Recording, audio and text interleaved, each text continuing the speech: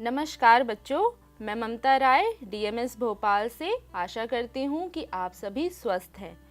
बच्चों, आज हम कक्षा 3 की हिंदी की पाठ्य पुस्तिका रिमझिम का पाठ 11 मीरा बहन और बाघ पढ़ेंगे और समझेंगे। तो चलिए बच्चों, हम पाठ की शुरुआत करते हैं।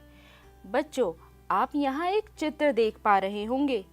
क्या आप बता सकते हैं कि ये चित्र किसका है? मुझे उम्मीद है कि अधिकतर बच्चे इस चित्र को पहचान गए होंगे। हाँ, यह चित्र हमारे देश के राष्ट्रपिता महात्मा गांधी जी का है। बच्चों, आप में से अधिकतर बच्चे इस बात को जानते होंगे कि महात्मा गांधी जी ने हमारे देश भारत को अंग्रेजों की गुलामी से मुक्त कराने में एक महत्वपूर्ण भूमिका निभाई थी। बच्चों, महात्मा गांधी सत्य व अहिंसा के मार्ग का अनुसरण करते थे। महात्मा गांधी को सच बोलना और अहिंसा यानी किसी भी तरीके का लड़ाई झगड़ा इन्हें पसंद नहीं था। ये किसी भी तरीके की बात, मुद्दों को बहुत ही शांतिपूर्वक सुलझाना पसंद करते थे। उनके इन्हीं विचारों से बहुत सारे लोग प्रभावित हुआ करते थे। ऐसी ही एक महिला थी मीरा बहन, जिनके बारे में हम आज इस पाठ में पढ़ेंगे। हम बच्चों पाठ की तरफ बढ़ें उससे पहले हम एक गतिविधि करेंगे। गतिविधि में हम 2 सूचियां बनाएंगे। पहली सूची में हम उन जानवरों के नाम लिखेंगे जिन्हें हम पालतू पशु कहते हैं, यानी जिन्हें लोग घरों में पालते हैं। वहीं दूसरी तरफ हम एक ऐसी सूची तैयार करेंगे जिसमें हम जंगली जानवरों यानी ऐसे जानवरों के नाम लिखेंगे जो कि खतरनाक होते हैं और जिन्हें लोग घरों में नहीं पालते हैं।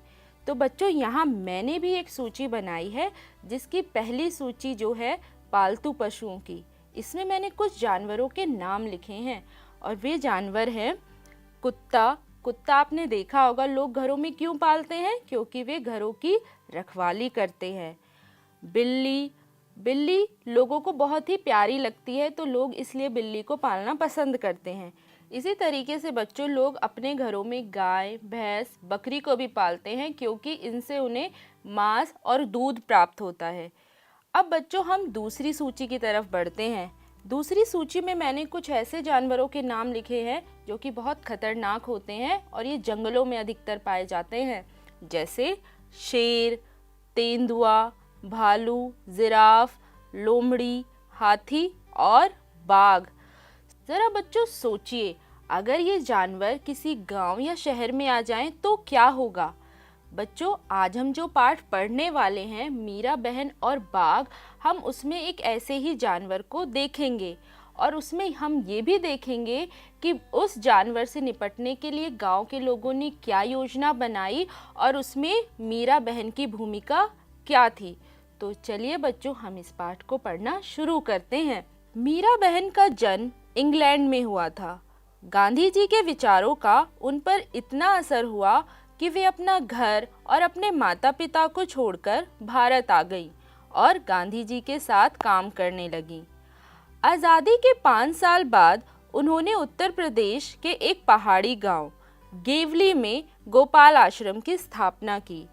उस आश्रम में मीरा बहन का बहुत सारा समय पालतू पशुओं की देखभाल में बीतता था, लेकिन गेवली गांव के आसपास के जंगलों में बाघ जैसे खतरनाक जानवर भी रहते थे।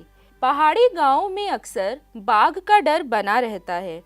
जंगल कटने के कारण शिकार की तलाश में बाघ कभी-कभी गांव तक पहुंच जाता है। गेवली गांव में एक बार यही हुआ। एक बाघ ने गांव में घुसकर एक गाय को मार डाला।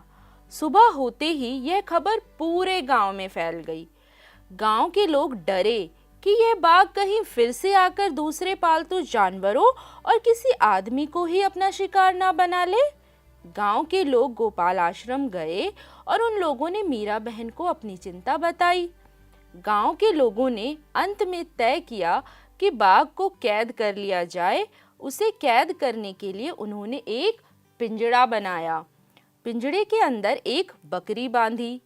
योजना यह थी कि बकरी का मिमियाना सुनकर बाघ पिंजड़े की तरफ आएगा। पिंजड़े का दरवाजा इस प्रकार खुला हुआ बनाया गया था कि बाघ के अंदर घुसते ही वह दरवाजा झटके से बंद हो जाए। शाम होने तक पिंजड़े को एक ऐसी जगह पर रख दिया गया जहां बाघ अक्सर दिखाई देता था। यह जगह मीरा बहन के गोपाल आश्रम से ज्यादा दूर नहीं थी। रात बीती, सुबह की रोशनी होते ही लोग पिंजड़ा देखने निकल पड़े। उन्होंने दूर से देखा कि पिंजड़े का दरवाजा बंद है। वे यह सोचकर बहुत खुश हुए कि बाघ जरूर पिंजड़े में फंस गया होगा। लेकिन जब वे पिंजड़े के पास पहुंचे तो क्या देखते हैं, पिंजड़े में बाघ नहीं था। लोग चकित थे। बाघ के अंदर गए बिना पिंजड़ा बंद कैसे हो गया? लोग मीरा बहन के पास पहुंचे। लोगों ने सोचा कि गोपाल आश्रम पास में ही था, इसलिए शायद मीरा बहन को मालूम हो कि रात में क्या हुआ। पूछने पर मीरा बहन बोली, देखो भाई, मुझे नींद नहीं आ रही थी। मैं सोचती रही कि आखिर बाघ को धोखा देकर हम क्यों फंसाएं, इसलिए मैं गई और पिंजड़े का दरवाजा बंद कर आई। बच्चों, अभी आपने ये कहानी सुनी और मुझे पूरी उम्मीद है कि आपको ये कहानी रुचिकर लगी होगी। बच्चों, हमने इस कहानी में पढ़ा कि मीरा बहन का जन्म इंग्लैंड में हुआ था और वे गांधी जी के विचारों से इतना प्रभावित थी कि वे भारत में आकर रहने लगी। उन्होंने उत्तर प्रदेश के गेवली नामक गांव में एक आश्रम की स्थापना की। और बच्चों, उस आश्रम का नाम क्या था? उस आश्रम का नाम था गोपाल आश्रम। और वहां पर मीरा बहन का अधिकतर समय पालतू पशुओं की देखभाल में गुजरता था।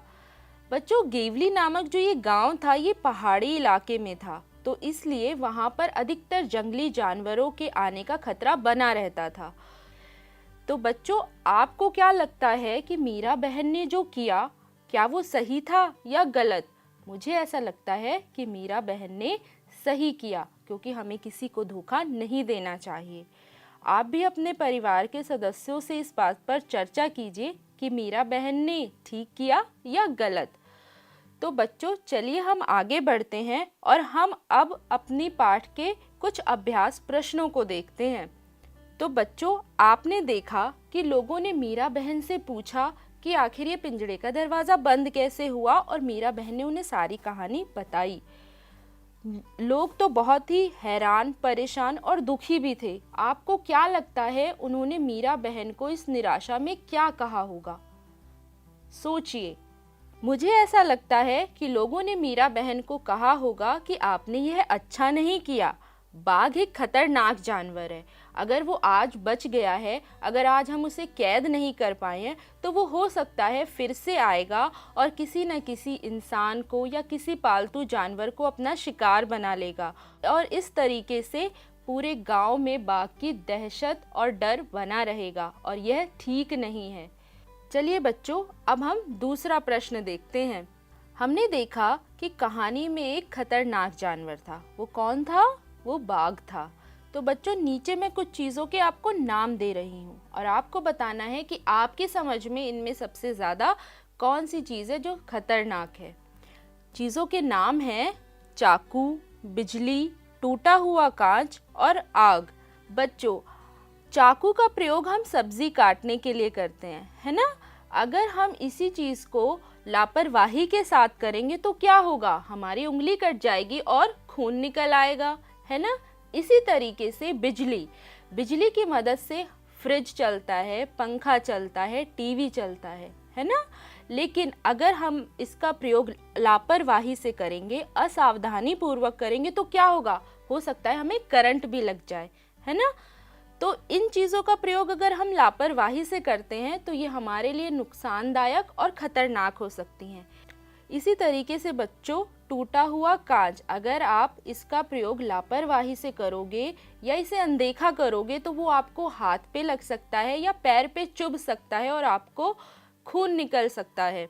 इसी तरीके से बच्चों, आग का प्रयोग हम खाना बनाने, हाथ या पैर सेकने के लिए भी करते हैं। लेकिन अगर इसका प्रयोग असावधानी पूर्वक किया जाए तो घर में आग लग सकती है और घर में रखा सामान और कभी कभी तो इसमें इंसानों की जान भी जा सकती है। तो इसलिए बच्चों, इनमें बताई गई जितनी भी चीज़ें हैं उन सब का प्रयोग हमें सावधानी से करना चाहिए। अगर हम इनका प्रयोग करते समय लापरवाही बरतेंगे तो ये सब चीज़ें हमारे लिए खतरनाक हो सकती हैं। तो उम्मीद है बच्चों कि आपको ये सभी बातें समझ आई होंगी कि इनका प्रयोग करते समय अगर हम लापरवाही बरतेंगे तो ये सभी चीज़ें हमारे लिए खतरनाक हो सकती है। तो चलिए बच्चों, अब हम आगे बढ़ते हैं। बच्चों, आपने देखा कि गेवली गांव के आसपास के जंगलों में बाघ जैसे खतरनाक जानवर रहते थे। अब आपको मैं नीचे कुछ जानवरों के नाम दे रही हूँ और आपको बताना है कि इन जंतुओं में से कौन कौन खतरनाक हो सकते हैं। आपको उन नामों पर गोला लगाना है। ये नाम है भैंस, चीता, बकरी, कुत्ता, बिल्ली, चूहा, सांप, बिच्छू, कछुआ, केंचुआ, तिलचट्टा, कबूतर, भालू। तो बच्चों, इनमें से मुझे जो लगता है खतरनाक हो सकते हैं वे नाम कुछ इस तरह हैं: चीता, सांप, बिच्छू, भालू। बच्चों, अगर आप इन जानवरों को बेवजह परेशान करोगे तो ये आपको नुकसान पहुंचा सकते हैं, जैसे सांप या बिच्छू। और आपने तो देखा होगा कि कभी कभी कुत्ता भी लोगों को काट लेता है। वो ऐसा क्यों करता है? या तो वो पागल हो जाता है या लोग उन्हें बेवजह परेशान करते हैं। इसलिए बच्चों, हमें किसी को बेवजह परेशान नहीं करना चाहिए, नहीं तो वे अपनी रक्षा करने के लिए हमें काट सकते हैं, डंक मार सकते हैं। ठीक है, तो मैं उम्मीद करती हूँ कि आप ये बात समझ पाए होंगे। चलिए बच्चों, आगे बढ़ते हैं और यहाँ आप कुछ चित्र देख पा रहे होंगे। इस चित्र में आप देख पा रहे होंगे कि यहाँ एक चरखा है, एक घड़ी है, 3 बंदर हैं, खड़ाऊ है, चश्मा है और लाठी है। ये सब चित्र देख के बच्चों आपको क्या लगता है, ये सभी चित्र किससे संबंधित होंगे? ये एक व्यक्ति से संबंधित है। क्या आप बता सकते हो कि ये व्यक्ति कौन होंगे? हाँ, ये सभी चीज़ें एक व्यक्ति से संबंधित है जिनका नाम है महात्मा गांधी। ये सभी चीज़ें महात्मा गांधी से संबंधित हैं। चरखा, बच्चों आपको पता है महात्मा गांधी को अपने देश में बनी हुई चीज़ें अच्छी लगती थी। ये चरखा उसी का प्रतीक है। इसी तरीके से घड़ी, घड़ी यह बताती है कि महात्मा गांधी समय के पाबंद थे। समय से उठना, समय से अपने दैनिक जीवन के सभी काम करना और समय से सोना। इसी तरीके से गांधी जी के 3 बंदर बड़े ही प्रसिद्ध हैं। क्या आप बता सकते हैं वे 3 बंदर क्या बताते हैं? ये 3 बंदर हमें बताते हैं कि हमें ना तो बुरा देखना चाहिए, ना बुरा सुनना चाहिए और ना ही बुरा बोलना चाहिए। इसी तरीके से बच्चों, आपने अधिकतर चित्रों में देखा होगा कि महात्मा गांधी के हाथ में एक लाठी रहती है ना? आपने महात्मा गांधी को एक चश्मे के साथ भी देखा होगा जो हमेशा वो लगा कर रखते थे, है ना? और इसी तरीके से वे अपने पैरों में खड़ाऊ पहना करते थे जो कि लकड़ी से बनी हुई होती थी। तो ये सभी चीज़ें बच्चों महात्मा गांधी से संबंधित है। चलिए बच्चों, अब हम आगे बढ़ते हैं। मैं आपके सामने कुछ शब्द बोलने वाली हूँ और आपको बताना है ये शब्द किससे संबंधित है। आम, सेब, केला, अनार। मुझे पूरी उम्मीद है कि जब आपने ये शब्द सुने होंगे तो आपके दिमाग में फलों का नाम आया होगा कि ये सभी तो फल हैं।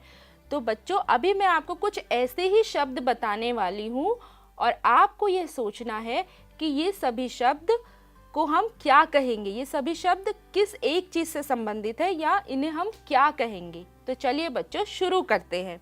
जैसे बाघ, गाय, बकरी, हाथी, हिरण, सब क्या है? ये सभी जानवरों के नाम हैं, है ना?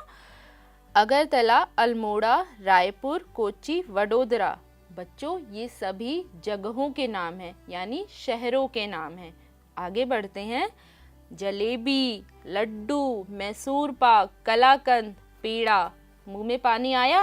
किस चीज़ के नाम है ये? ये सभी मिठाइयों के नाम हैं। नर्मदा, कावेरी, सतलुज, ब्रह्मपुत्र, यमुना।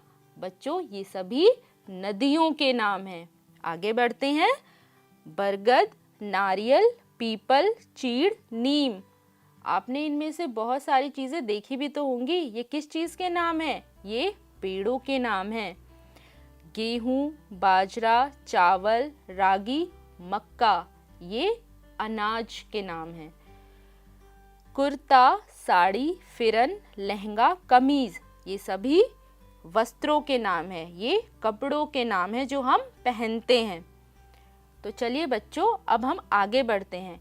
आपने जब पाठ पढ़ा और सुना तो आपने उसमें देखा कि लोगों ने पिंजड़े में एक बकरी को बांधा था। बकरी ऐसा क्या करती कि ये बाघ को पता चल जाता कि आसपास कोई शिकार उपलब्ध है? बकरी का मिमियाना यानी बकरी की आवाज़, बकरी मैं करती और बाघ पिंजड़े में आकर फंस सकता था। तो यहाँ बच्चों हम कुछ जानवरों और उनकी बोलियाँ यानी उनकी आवाज़ के बारे में चर्चा करेंगे। जैसे आपने देखा होगा कि कोयल कूकती है ना, वो कू कू की मीठी मीठी आवाज़ में बोलती हुई नज़र आती है। इसी तरीके से मक्खी भिन भिन करती है।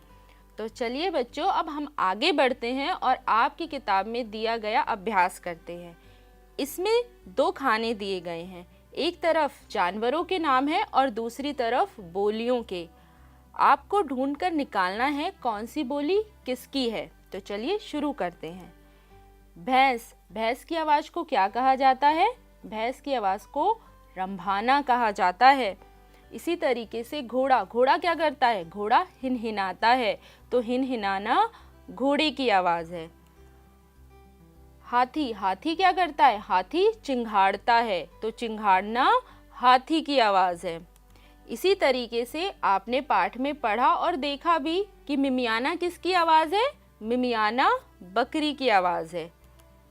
शेर क्या करता है? शेर दहाड़ता है। गधे की आवाज़ को क्या कहा जाता है? रेंकना। रेंकता कौन है? गधा। यहाँ बच्चों आप चित्र में गाय देख पा रहे हैं। गाय की बोली या आवाज़ को क्या कहते हैं? गाय की बोली को रंभाना कहते हैं। गाय रंभाती है। आगे बढ़ते हैं। यहाँ आप कुत्ते का चित्र देख पा रहे हैं। कुत्ते की आवाज़ को क्या कहते हैं? भौंकना। कौन भौंकता है? कुत्ता भौंकता है। बच्चों आज हमने मीरा बहन और बाघ नामक कहानी पढ़ी और इसमें हमने इस पाठ को पढ़ा, इसमें आए प्रश्नों पर चर्चा की, जानवरों की बोलियों पर चर्चा की और कुछ खतरनाक चीज़ों पर चर्चा की, है ना। तो मुझे उम्मीद है आपको यह पाठ मनोरंजक लगा होगा। अगली बार हम एक नए विषय के साथ आपके सामने फिर प्रस्तुत होंगे। तब तक के लिए नमस्कार।